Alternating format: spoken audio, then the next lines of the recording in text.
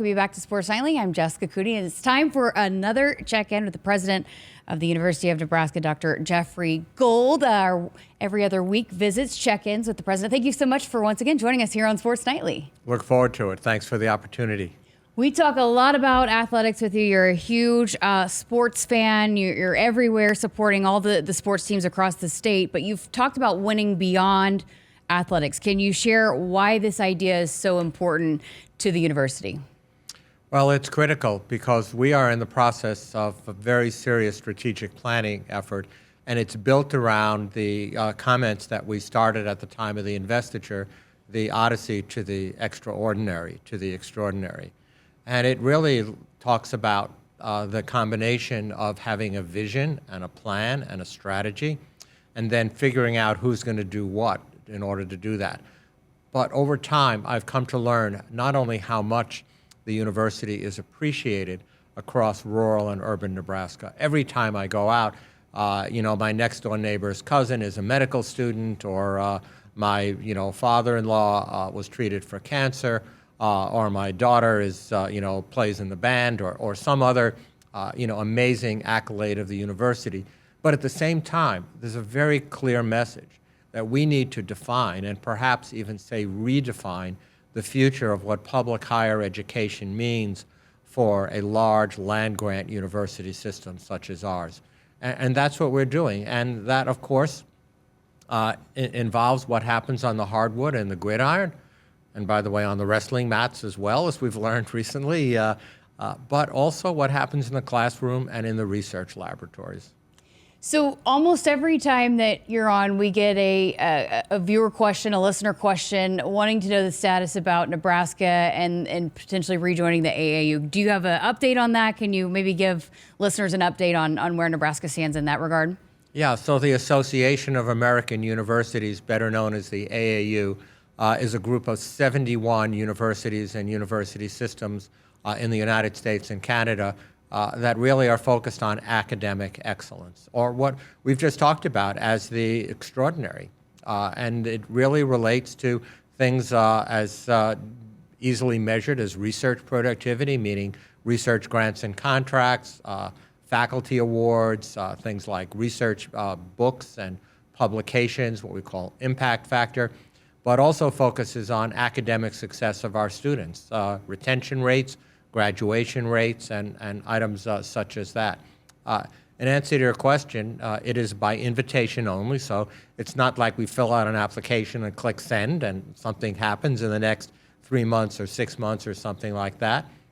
But that focus on academic excellence is what is driving our strategic planning activities across the university system, and it's also driving our approach to accreditation. We have applied to the Higher Learning Commission for the University of Nebraska Lincoln campus and the University of Nebraska Medical Center campus to be accredited as a single institution, which means that we'll be able to report our research as a single entity. We'll be able to report our academic excellence in the classroom, our academic excellence across the entire spectrum in a single combined manner, which is how almost every member of the AAU is reported now. Whether you look at Michigan or you look at Wisconsin or, fill in the blank, Hopkins, et cetera, they combine that reporting. I mean, just to give you one example of how it's looked at, before we combined the research reporting, what's called the National Science Foundation herd reporting, we were ranked somewhere between 100 and 125th in the country of top research organizations. By combining the two last year, from the end of the last fiscal year, we were ranked 55th in the country.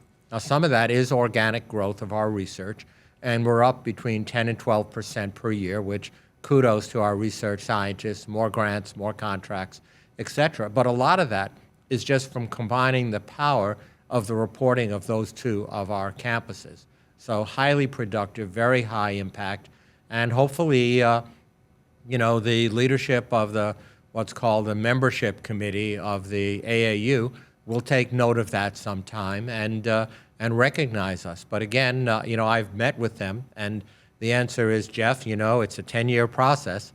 And I told them, I don't got 10 years. Let's get on with it as quickly as we can. But it's not in our hands. But I'll, just reassure our audience that everything that we're doing that would make us look more like the peers within the AAU is exactly what a great university has to do. So we're all aligned on that. I was going to say, so you're hopeful about that status for Nebraska? I am hopeful about so much, including that, yes. Awesome. Okay, well, agriculture remains a foundational industry for Nebraska. How does the university support and advance agriculture across the state? Well, as we all know, agriculture is the #1 business in the state of Nebraska. There are others that are very important, but the relationship between a land-grant university, which is critically important to the agricultural businesses of the state, is critical to the business of the university.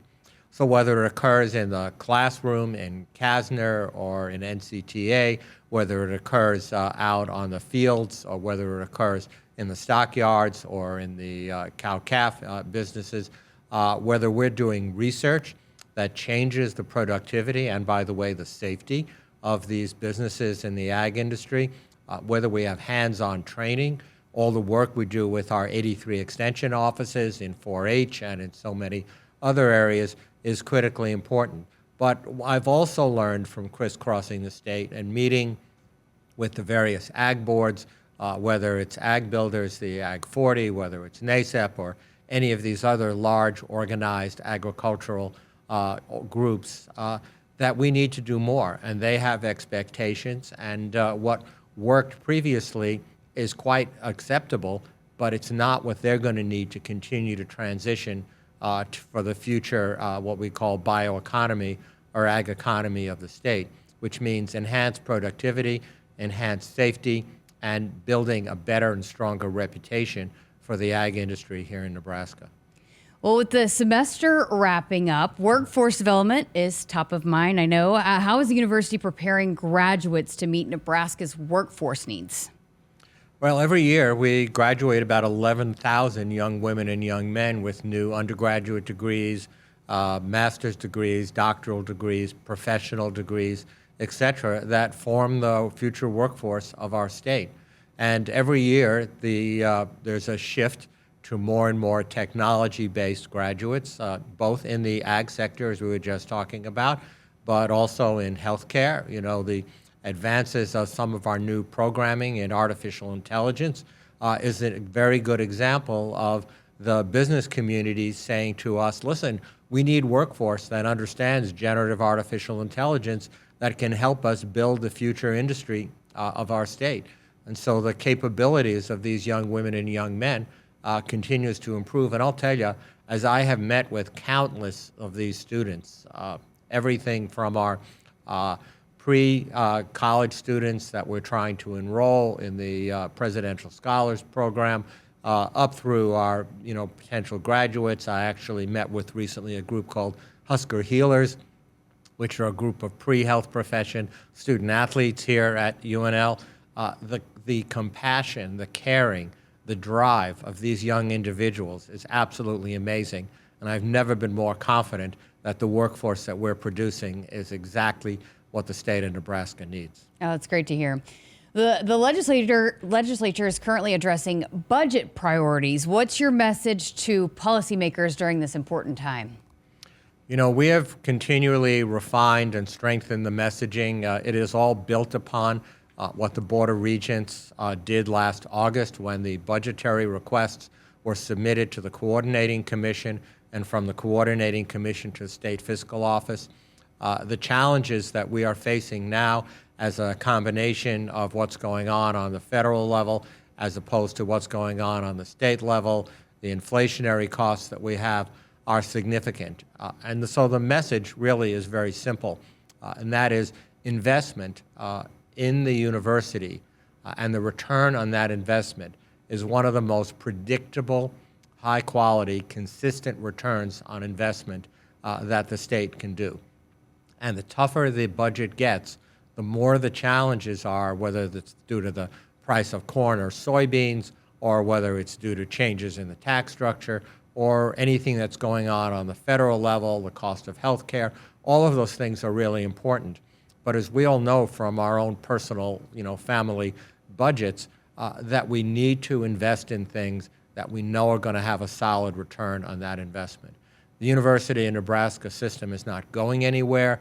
We have had a tried and true track record of, 8 years ago, an 8-to-1 return, 3 years ago, a 9-to-1 return, most recently a 10-to-1 return, and even on the research side of the equation, a 16-to-1 return. That is to say, for every dollar the state invests in research, we turn around and put $16 back into the pockets of the state for them to invest in other things. If there are things that I could personally invest in that had a guaranteed 10-to-1 return, I'd be there right now instead of doing this interview. Wow, that's great. Okay, well, finally to close, you've emphasized moving from excellent to extraordinary as a part of the university's strategic plan. How do you see this shaping the future of the university? Well, planning is everything in my book, and unfortunately, sometimes strategic plans are well thought through. Wonderful people write them, they choose the right words, and they sit on the shelf for years collecting dust. That is exactly the opposite of what we're doing. We're bringing together all the right people, literally hundreds, if not thousands, of faculty, students, and staff who have a chance to weigh in on our 5 foundational pillars, who have a chance to weigh in on the strategies. But when all that work is done, it will be delivered to not just our campuses, but it'll be delivered to the colleges and institutes and centers and departments within those institutes and centers and colleges for them to get in the boat and start to row with us and to row in the same direction. One of the most important parts of strategic planning is not just what you say you're going to do, but what you say you're not going to do. And so getting aligned around what our focus is and getting everybody rowing in the same direction, like our crew team, quote unquote, is really, really very important. And I think this is a unique opportunity. And, when we go through all of the changes that are happening across our nation and in our state, and as we're building the future of the university, everybody needs to feel that they have ownership of our planning, which they do, and I hope they will continue to, as we revise it on an annual basis. But at the same time, once you have ownership of it, you know what your role is. And we can roll up our sleeves as Nebraskans and just get it done. President Gold, great stuff as always. We appreciate you spending time once again with us here on Sports Nightly. Always a pleasure. Thank you.